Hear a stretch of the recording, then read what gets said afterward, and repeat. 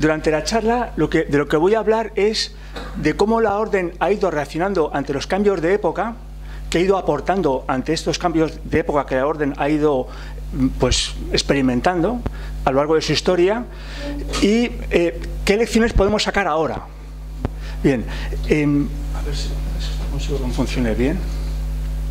Voy a hablar de la fundación de la Orden de Predicadores, que precisamente surge, digamos, a causa de un cambio de época que hay, ya lo vamos a ver ahora, cómo reacciona la Orden ante la crisis y decadencia del siglo XIV, después cómo reacciona la Orden ante la conquista y la colonización del Nuevo Mundo, que supuso un cambio de época para los nativos, y cómo la Orden, digamos, les ayudó a ellos a vivir mejor ese cambio de época, que fue tremendo. Y después hay dos temas que no voy a poder dar, porque es que no tengo tiempo, pues sería interesante. Sería el periodo revolucionario y liberal del siglo XIX. Aquí habría hablado yo de Enrique Lacordaire, que marca una línea muy importante para los dominicos sobre cómo abordar este cambio de época que aconteció en el siglo XIX, y la posmodernidad actual, que aquí habría hablado yo de Timothy Radcliffe, de cómo, por lo menos a mí y a otros muchos dominicos, nos ha ayudado a cómo predicar, digamos, con un lenguaje posmoderno a la gente actual. Bueno, pues voy a empezar por la fundación de la Orden, por Santo Domingo. A ver, Santo Domingo nace en un cambio de época de la Europa predominantemente rural que había en siglos anteriores, a una Europa que cada vez es más urbana, cada vez hay más ciudades, y en las ciudades cada vez, digamos, hay más gente, se mueve más dinero, el poder político se va concentrando en las ciudades, también el poder religioso, la cultura, y todo eso lo vive Santo Domingo. Entonces, ante este cambio, bueno, no es este cambio, también este cambio espiritual, la gente va pasando de adorar al Cristo Pantocrátor, al Cristo Todopoderoso, que nos imaginamos en el cielo, gobernando la creación, a seguir o imitar al Cristo de los Evangelios, que predicó pobremente y que murió en la cruz por todos nosotros y resucitó. Obviamente es un cambio muy grande, y todo este cambio lo va a experimentar Santo Domingo. El asunto curioso es que Santo Domingo, él pertenecía a la cultura rural, él era de Caleruega, y una cultura tremendamente románica. O sea, Caleruega, Castilla, y después el Languedoc, donde él va a estar predicando, es rural y románico. Y sin embargo, cuando él funda la Orden, precisamente para hacer frente a la nueva época que está apareciendo en Europa, funda una orden fundamentalmente urbana y gótica. Él renuncia a su propia espiritualidad, renuncia a su cultura rural, digamos, y decide fundar una orden que está pensada, está diseñada para predicar el Evangelio a las personas que viven en las ciudades y que tienden a tener una cultura ya gótica, que se atienden a seguir al Jesús de los Evangelios.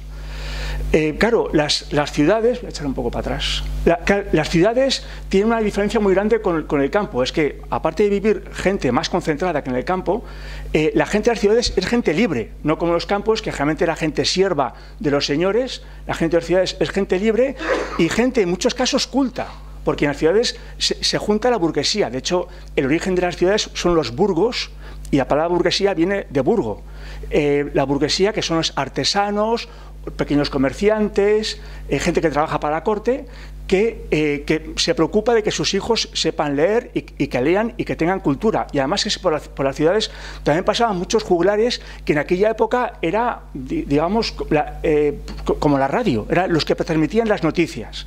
Bien, ¿qué ocurre? Que en las ciudades no predicaba casi nadie. Así como en el campo predicaban los monjes, en las ciudades no predicaba casi nadie, porque los canónigos que vivían en las ciudades, ellos se dedicaban al culto y a la oración.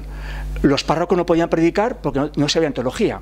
Y los obispos, que eran los que tenían que predicar, no tenían tiempo, porque tenían que hacer un montón de cosas, y aparte que es que había algunos obispos que no sabían predicar también hay que reconocerlo.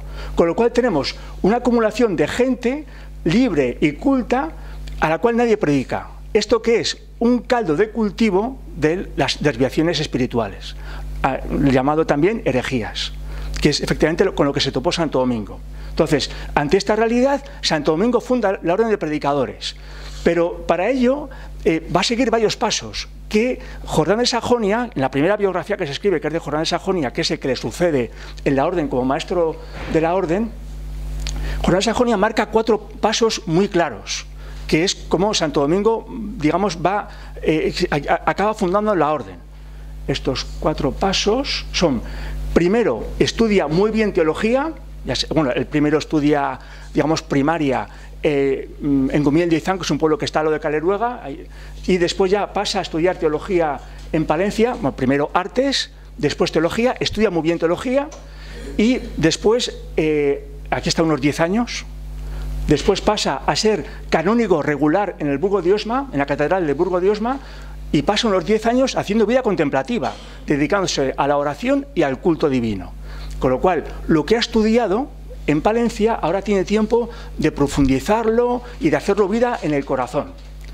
Pero resulta que, siendo aquí canónigo en el Burgo de Osma, el rey de Castilla, Alfonso VI, le pide a su obispo, a Diego de Acebes, que haga un viaje diplomático hasta Dinamarca, porque quería casar un hijo suyo con una vikinga, con una noble vikinga. Bueno, esas cosas de la Edad Media. Y entonces, bueno, pues Diego de Acebes se lleva a Santo Domingo, y a más gente obviamente, y se los lleva hacia Dinamarca, y pasan por Toulouse. Pasan por Toulouse, esta calle principal, esta calle San Román de Toulouse, y cuando llegan a Toulouse, Toulouse es el Languedoc, y en Languedoc, digamos, había muchísimo catarismo, que es una de estas desviaciones espirituales de las cuales yo os hablé. Bien, llegan a Toulouse, y muy probablemente en esta misma calle, pues entrarían en un hostal para hospedarse, y resulta que el hospedero era cátaro. Bien, podían haber reaccionado diciendo, bueno, pues nos vamos de aquí, que estos no son de los nuestros, y nos vamos a otro hostal que sea católico, porque en Toulouse había cátaros y había también un montón de católicos. Se podían haber ido a otro hostal, pero sin embargo Santo Domingo decide quedarse y se va a pasar toda la noche dialogando con el cátaro, escuchando cómo el cátaro le habla de su espiritualidad, conociendo la espiritualidad cátara, y a su vez Santo Domingo le cuenta cómo es la espiritualidad católica. El resultado es que al final de la noche, ya por la mañana, el cátaro se había convertido al catolicismo. Claro, los historiadores coinciden que es aquí cuando el Espíritu Santo llama a Santo Domingo a la predicación.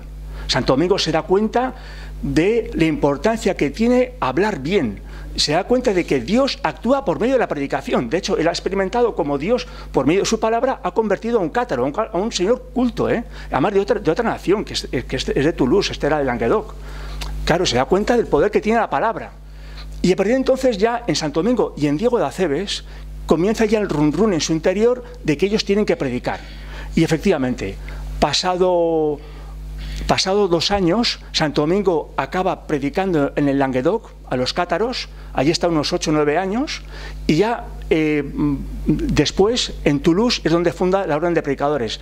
En 1215 funda Santo Domingo la Orden de Predicadores, que después ya será confirmada en el 1216. Una orden de predicadores, yo digo, diseñada para predicar en las ciudades y predicar la espiritualidad gótica, que es la del futuro. Bueno, la espiritualidad gótica es, digamos, por lo que dicen los historiadores y los sociólogos, digamos que era una espiritualidad mejor que la románica. La románica era fundamentalmente cósmica y supersticiosa, una espiritualidad pensada para la gente del campo. Sin embargo, la espiritualidad gótica se basa mucho, está muy apoyada en la experiencia de Dios en el corazón, pero también en la mente. Es una espiritualidad de pensar a Dios y de sentir a Dios, con lo cual era todo un avance. Entonces, ciertamente los dominicos y los franciscanos fueron los que más empujaron a Europa hacia el gótico.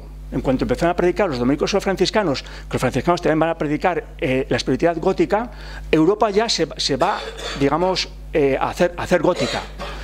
Entonces, aquí podemos ver claramente cómo Dios, por medio de los dominicos y de los franciscanos, digamos que escribe recto en los renglones torcidos del ser humano. O sea, cómo Dios, respetando la libertad del ser humano, pues a través de los dominicos y los franciscanos, pega un empujón a Europa para que progrese mentalmente y espiritualmente.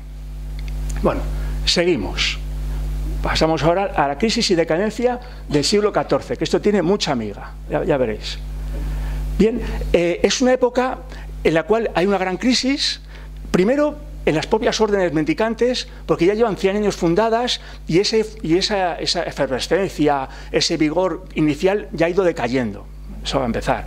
Pero aparte es que la propia Europa está en una crisis tremenda. Primero por la guerra de los 100 años entre Inglaterra y Francia, que paraliza económicamente Europa. Después está todo el tema de Aviñón, y es que los papas franceses deciden trasladar a Santa Sede de Roma a Aviñón. Y eso causaba pues, muchas suspicacias en el resto de Europa, porque Aviñón era de la Provenza, y el reino de la Provenza, en cierto modo, era un reino vasallo de Francia. Es decir, la gente decía, el rey de Francia es el que está mandando en el Papa y en la Iglesia, y eso no gustaba nada, y eso creaba una gran crisis. Pero sobre todo va a ser la peste negra. La peste negra que entre 1347 y 1351 mató aproximadamente a 1/3 de la población europea. Además, a todo tipo de personas, porque ahí no hizo distinción. Mató a pobres y a ricos, a los reyes y a los siervos. Mató a grandes teólogos, a grandes arquitectos. Bien, ¿qué supuso todo aquello? Pues sumió a Europa en una crisis social y moral tremenda. Tremenda. Europa cayó en picado a nivel social y moral. Y claro, esto afectó, estaba esperando poner esta fotografía, este dibujo, afectó a la vida religiosa. Afectó a la vida religiosa. Aquí tenemos un fraile tomando ahí este magnífico vino con ese cangrejo, no sé si será un centollo, parece. Pero que estas cosas ocurrían, En el convento de San Esteban, me contaban historiadores del convento de San Esteban, que esto pasó en Salamanca. Y pasó en muchos conventos, probablemente aquí también. En el Real Convento de Predicadores de Valencia pasó también. ¿Qué pasa? Ante esta decadencia, los conventos tuvieron que abrir las puertas y dejar entrar gente sin vocación. Gente que buscaba medrar en la vida siendo religioso. Entonces, esta gente, una vez que era religioso, se buscaba a sus amigos, buscaba su dinero para él mismo, y en vez de dárselo al ecónomo, al santo padre ecónomo, pues cogía y se lo quedaba para él, y entonces en el comedor, es que esto es así, O sea, es que aparte de haberlo leído, en San Esteban me lo contaban los historiadores. En el comedor, pues a los frailes ricos les llevaban de los restaurantes comida especial para ellos. Entonces nos podemos imaginar a este fraile tomando ese cangrejo y al resto de los frailes pues comiendo lechuga o lo que sea, lo que tuviesen. Bueno, pero el problema no era que hubiese varios frailes muy decadentes que eran capaces de hacer esto. El problema es que esto daba igual, se consentía. Y había comunidades enteras que habían caído en la decadencia porque, cuando Santo Domingo funda la Orden de Predicadores, la funda mendicante. De tal forma que solo podían vivir los frailes, las comunidades, de la mendicidad, de las limosnas. No podían vivir de su trabajo, ni podían vivir de las rentas, solamente de las limosnas.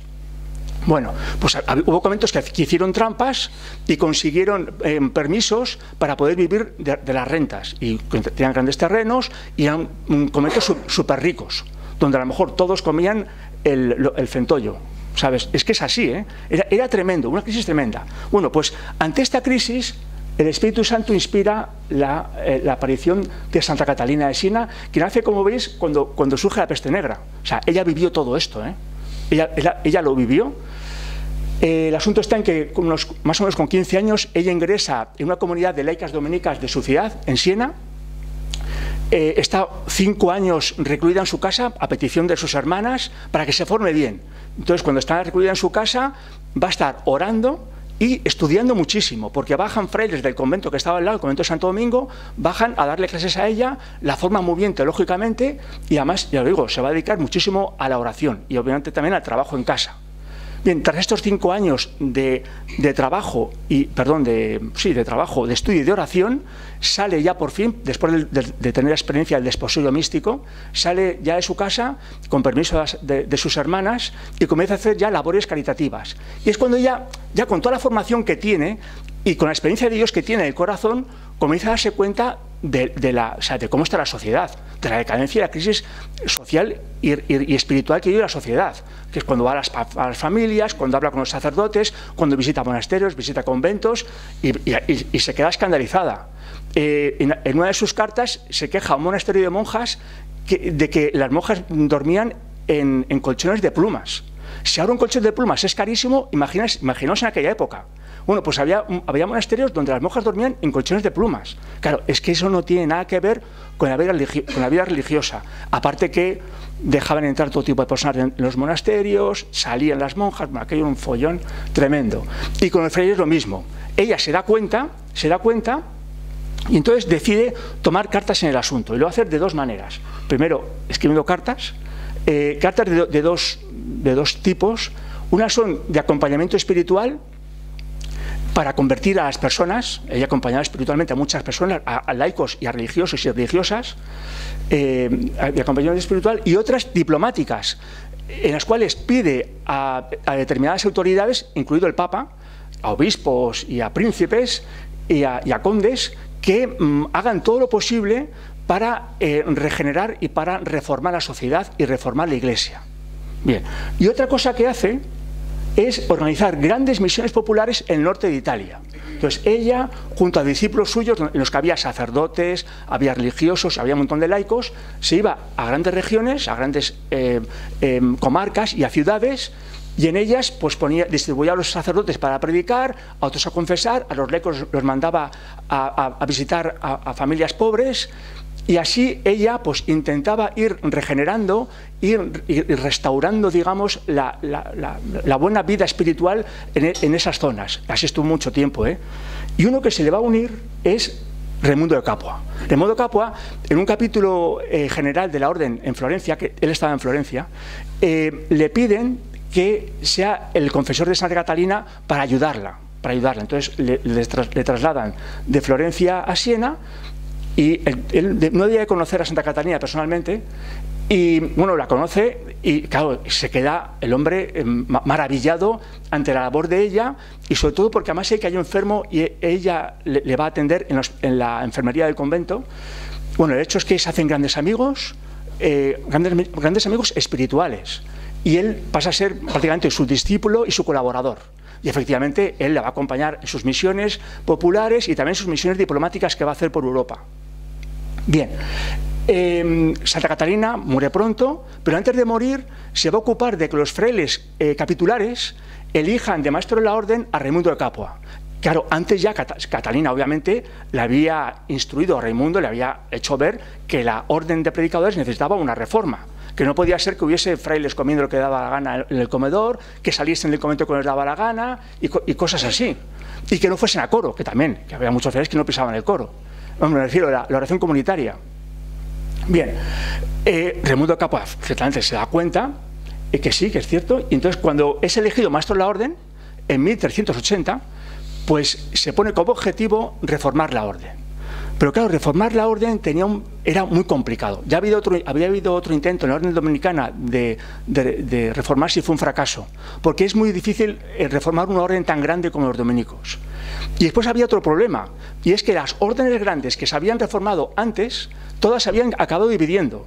Pensad en las reformas benedictinas, donde surgen los cluniacenses, los cistercienses, los camaldulenses. Todos son reformas que producen divisiones. Y los propios franciscanos también se han dividido. Un siglo antes se dividieron entre los espirituales y los conventuales. Y Raimundo de Capua no quería la división, con lo cual estaba manejando un tema pues muy complicado, y que además nadie había conseguido todavía el reformar una orden sin la división. Entonces, ¿qué hace? Pues va a ir de convento en convento. En vez de quedarse en Roma, se va a pasar toda su vida de maestro yendo de convento en convento. Va de convento en convento, dialogando con frailes, con monjas, con laicos, para ver cómo daban la tecla para poder para poder reformar bien la orden. Y efectivamente, dieron con la tecla, y entonces en 1389, es decir, 9 años después de comenzar su mandato, fundan el convento reformado de Colmar. Este es un convento dominico antiguo, pero no es exactamente este, pero bueno, he puesto este. En Colmar se fundó un convento reformado que tuvo un gran éxito, y en muy poco tiempo comenzó Alemania a tener cada vez más, porque Colmar está en Alsacia. Alemania comenzó a tener cada vez más conventos reformados, la reforma pasa a Italia, que comienza a haber cada vez más conventos reformados. La cosa tiene éxito, y además ven que no conduce a la división, sino que son sino que la cosa va bien. Viendo cómo va con los dominicos, los benedictinos también pasan a la Reforma, comenzando por la gran abadía de Valladolid, la abadía de San Benito de Valladolid, que se conserva, ahora es un museo, y los franciscanos también comienzan su Reforma. Y pasados unos 20 y tantos años, en el Concilio de Constanza, ya la Iglesia oficialmente pide a todas las órdenes que se reformen porque hacía falta. Ya en el Concilio de Constanza, pero los dominicos llevábamos 20 y tantos años reformándonos. Bien, ¿cuáles son las claves de la Reforma? Esto es muy importante. Pues la Reforma, por una parte, es una reforma que va de abajo arriba. No es una reforma que impone el maestro la orden, sino que es una reforma que tiene que partir de los capítulos conventuales. Tiene que ser comunidad a comunidad las que voten en sus capítulos, después de dialogar, obviamente, dialogan y votan la reforma. Bien, una reforma que va de abajo arriba. Después, a medida que va habiendo cada vez más conventos reformados, se forman las congregaciones de conventos reformados, que después ya evolucionan a provincias reformadas. Bien, esto por una parte. Y por otra parte, con los frailes disolutos, ¿qué se hace con ellos? Porque claro, cuando se reformaba una comunidad, quedaba siempre el grupito de frailes que no se querían reformar, que querían seguir comiendo el centollo. Entonces, ¿qué hacían con ellos? Pues se tuvo una compasión tremenda, de tal forma que los provinciales les facilitaban ir al convento que quisiesen.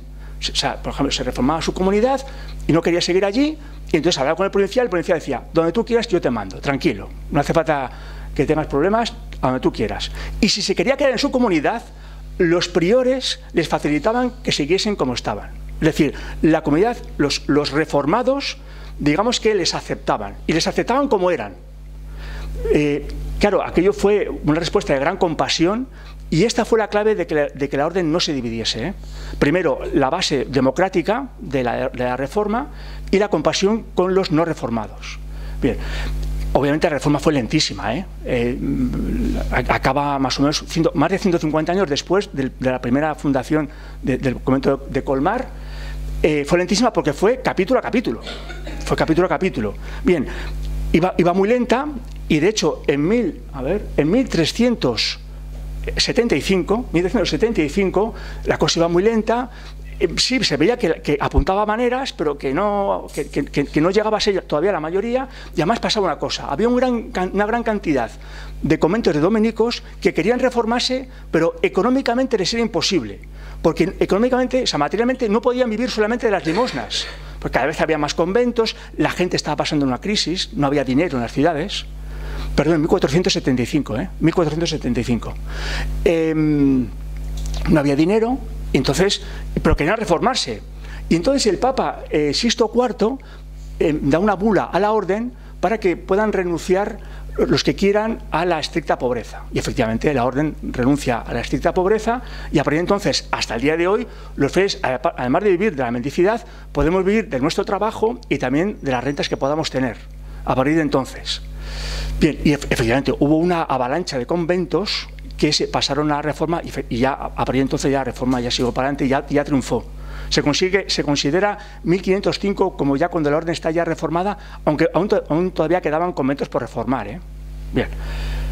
Pero ¿qué ocurre? Que esta bajada del listón, esta bajada de la observancia puramente dominicana, a la que quería Santo Domingo, no gustó a todos, entre otros a Savonarola. Savonarola no le gustó el asunto, consideraba que eso no era dominicano y que había que volver otra vez a la espiritualidad dominicana, es decir, volver a la estricta pobreza. Y entonces, efectivamente, él, cuando es elegido prior en San Marcos, pues decide, predica a los frailes, les convence, y en el capítulo consigue que se vote la ultrarreforma, que es, digamos, reformar un convento que ya estaba reformado, pero para recuperar la estricta pobreza de Santo Domingo. Bueno, bien, la ultrarreforma, es más, va predicando en otros conventos y consigue formar una pequeña congregación de conventos ultrarreformados en el norte de Italia. Y no solamente eso, sino que además intenta, digamos, que reformar la vida de Florencia, que era un sitio donde había un montón de gente rica, porque una de las ciudades más ricas de Italia, donde, claro, la gente se dedicaba a las grandes fiestas, gente muy frívola, y entonces él, por medio de la predicación, intentaba transmitirles la felicidad que da la sencillez de la vida cristiana, mediante sus predicaciones. Y eso se lo decía a la cara a los Medici y a todos, a veces con un lenguaje muy fuerte. Bien, y también quiso reformar la Iglesia en Roma, incluido el Papa, y ahí se topó. Ahí ya se topó con el Papa, que el Papa era el valenciano, que era Alejandro VI, el Papa Borgia, y el Papa Borgia al final ya sabéis cómo acaba la cosa, le acaba mandando ejecutar, y murió Savonarola, pero su pensamiento, su espiritualidad quedó en la orden, no solamente en la orden dominicana, quedó en los franciscanos, ese sentimiento de ultrarreforma, o sea, de volver a la pura espiritualidad dominicana, de Santo Domingo. Y efectivamente va a aprender en otros conventos y va a haber un fraile muy importante que la va a coger para sí, que es Fray Juan Hurtado de Mendoza. Un fraile muy poco conocido, de hecho esta no es imagen, está recogido de por ahí, es un fraile normal y corriente, porque es que él no dejó nunca que le hiciese ningún retrato ni nada. Y siempre quiso tener un perfil muy bajo. El rey Carlos I de España le quiso nombrar varias veces arzobispo, entre otros arzobispo de Toledo, y él siempre se negó. Siempre quiso tener un perfil muy bajo. Él, después de haber estudiado en Salamanca, creo que estudió artes y filosofía, ingresa en la orden con 30 y pocos años en el convento de Piedrahíta. Probablemente leyó el libro de Savonarola, el de la sencillez de la vida cristiana, y decidió ser un dominico al estilo de Savonarola, es decir, ser un dominico que siguiese la pura espiritualidad de Santo Domingo, la que Santo Domingo fundó.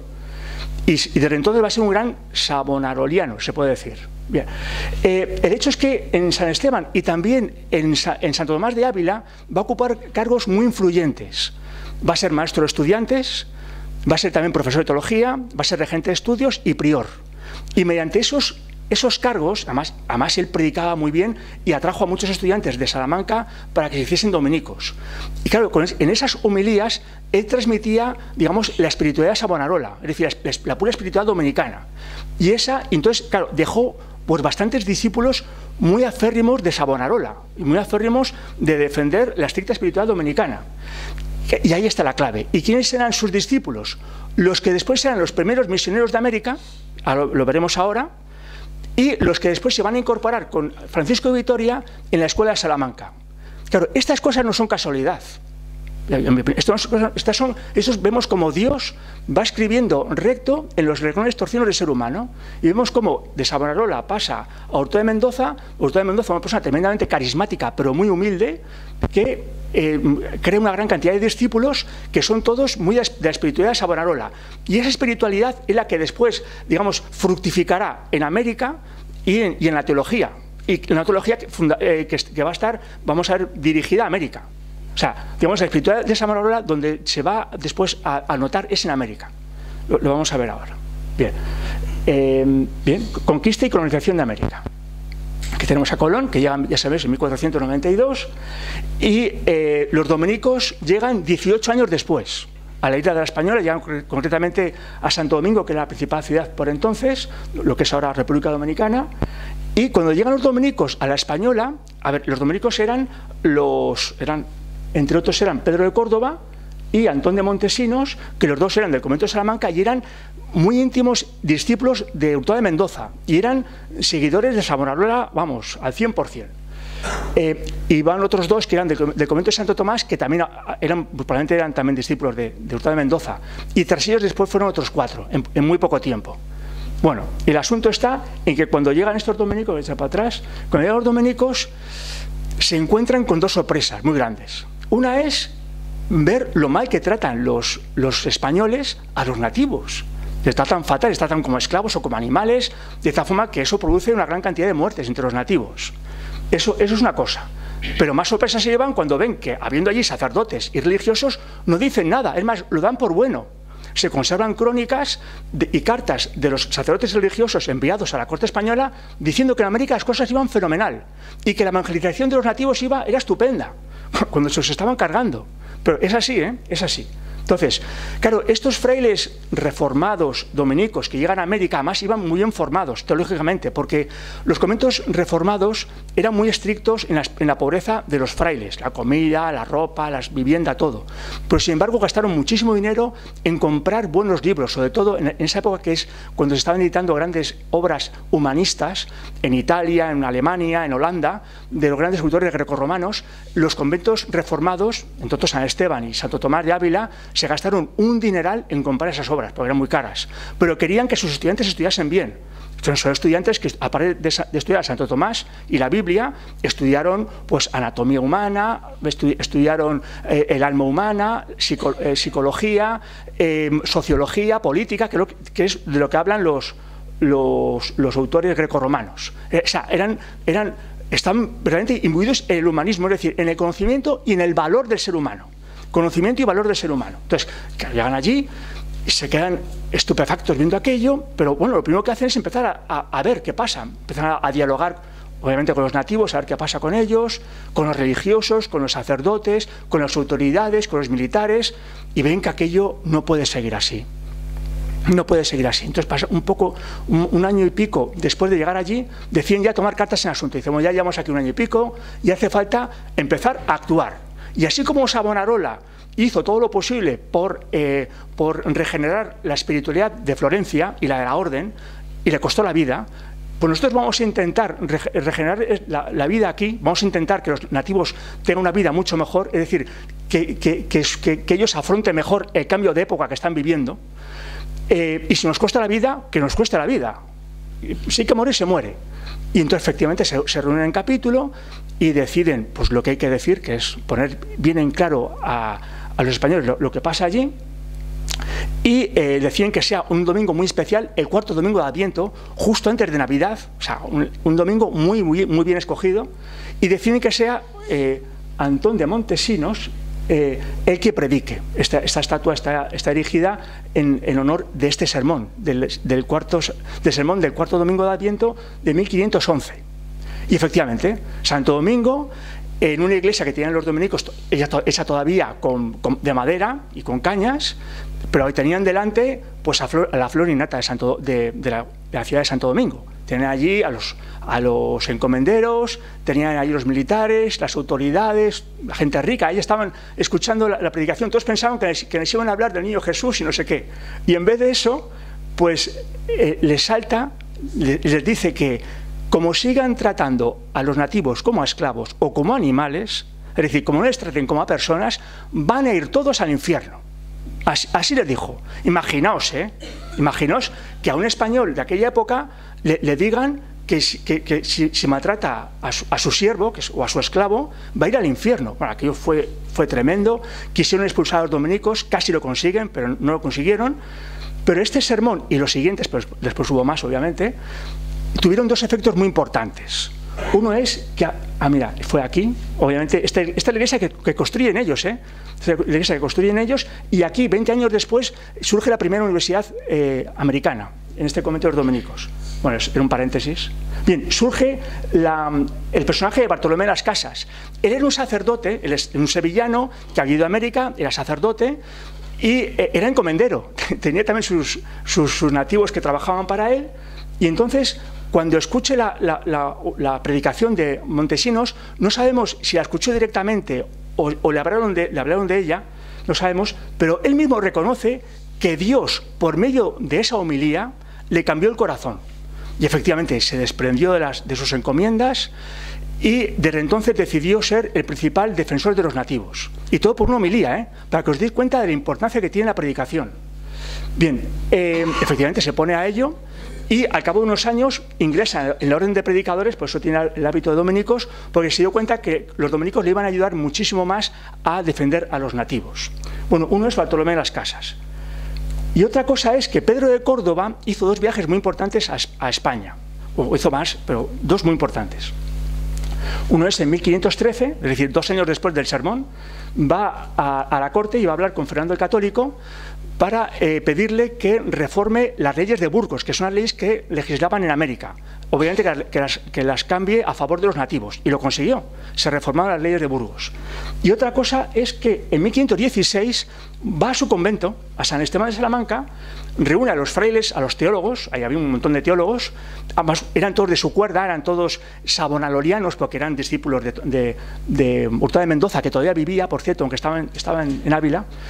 Le reúne y claro, él da testimonio de lo que él está viviendo en América, de lo que está pasando allí con los nativos.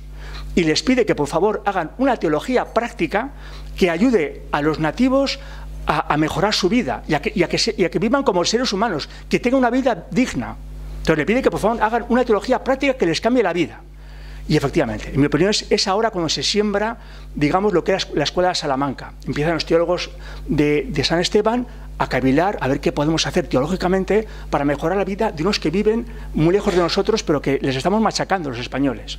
Bueno, pasados 10 años de esto, llega Francisco de Vitoria a San Esteban. Francisco de Vitoria, ya he comentado, de Burgos, que fue a estudiar el doctorado a Saint-Jacques de París. Después fue profesor en el principal centro de estudios de la Orden en España, que era San Gregorio de Valladolid, y consigue, un gran teólogo, consigue la cátedra más prestigiosa de toda España, que es la Cátedra de Prima de Salamanca. Eso es en 1216. Perdón, en 1526. En 1526 consigue la Cátedra de Prima y efectivamente va al convento de Salamanca y se encuentra con el caldo de cultivo que ya había creado Pedro de Córdoba.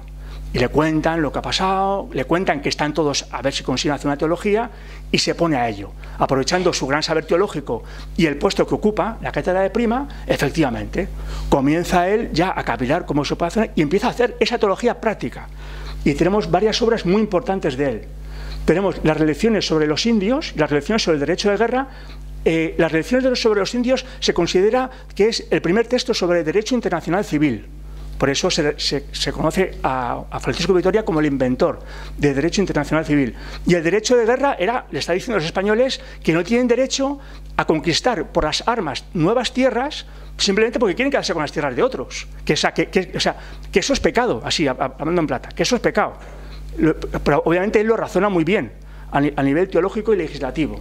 Bien, son dos textos muy importantes y también muy importante. Él, junto con otros discípulos suyos de la Escuela de Salamanca, que eran, ya os digo, que eran de Hurtado de Mendoza, ahí están Melchor Cano, Domingo de Soto y otros muchos, junto con Bartolomé de las Casas, o sea, trabajan en equipo los misioneros con los teólogos para elaborar unas nuevas leyes de Indias para América y convencen al rey Carlos V, al emperador Carlos V, para que cambie las leyes. Y efectivamente hacen unas nuevas leyes que están totalmente, o sea, los expertos dicen que Vitoria y las Casas están totalmente metidos en estas leyes, que son todo un hito en la historia, porque son unas leyes hechas por un país colonizador que legislan a favor de los colonizados. Efectivamente, estas leyes cambiaron la historia en América, porque a partir de su promulgación, España ya apenas conquistó nuevos territorios con las armas, sino que ya pidió que fuesen los misioneros los que ocupasen nuevas tierras, y así es. A partir de entonces, cuando comienzan a fundarse las misiones o las reducciones, a partir de estas normas. Y no son los militares, sino los misioneros los que van ocupando los territorios. Y también, bueno, se prohíbe totalmente la esclavitud de los nativos. Y otra cosa es que también desaparecen las encomiendas, también, pero ¿qué ocurre? Que no se cumple totalmente, y los nativos no consiguen la dignidad de vida que pretendían los dominicos, ni mucho menos. Los nativos seguían siendo el nivel más bajo, y si no eran esclavos, porque estaba totalmente prohibido, en cierto modo eran los siervos de los españoles. Aquí tenemos esta imagen. Por desgracia es un problema que sigue igual, O sea, en América la clase más baja suele ser siempre los nativos. Es un problema que sigue igual. Pero en aquellos tiempos, Bartolomé de las Casas hizo un gran esfuerzo para que las autoridades españolas, digamos que hiciesen aplicar las leyes bien. El problema eran los virreyes. Eran los virreyes los que recortaban las leyes a favor de los españoles. Entonces él quería que pusiesen en vereda a los virreyes. Entonces va a hacer dos cosas: publicar obras de denuncia, la más importante de todas, la brevísima relación de la destrucción de las Indias, que publica en 1552 en Sevilla, y que por desgracia para los españoles se divulgó por toda Europa y ciertamente ayudó mucho a fomentar la leyenda negra española. Bien, pero está dedicada, como podéis ver, a Carlos V, es el escudo del emperador. Es un libro escrito para él, para que se lo leyese y le convenciese y él pusiese en vereda a los virreyes. Y eso, por una parte, esta obra. Y después otra cosa que va a hacer va a ser deja América, se traslada a España definitivamente y va a ir a la corte. Y va a estar en la corte, acompañado a la corte cuando está en Toledo, cuando está en Valladolid y cuando está en Madrid, ya en tiempos de Felipe II. Y efectivamente, claro, está en la corte, obviamente, para intentar convencer a las autoridades, que son las que mandan, para que, digamos, para que cambien el parecer de los virreyes. Y efectivamente, ¿dónde muere? Pues va a morir este convento. Ahora mismo es el convento de nuestra casa provincial, en Madrid, es el convento de Atocha, que es un convento, curiosamente, fundado por Hurtado de Mendoza. Era un pequeño recolectorio cuando nace, pequeño convento, muy austero, que nace al otro lado del río que bajaba por la Castellana, en pleno campo, y que vivía una vida tremendamente austera, muy de Savonarola y muy de Santo Domingo. Y yo creo que, en mi opinión, fue un premio de Dios que le dio a Bartolomé de las Casas el vivir en una comunidad así. Una comunidad que vivía, como el propio Bartolomé de las Casas, una espiritualidad puramente dominicana. Él murió con los suyos, con gente que pensaba como él y que sentía como él.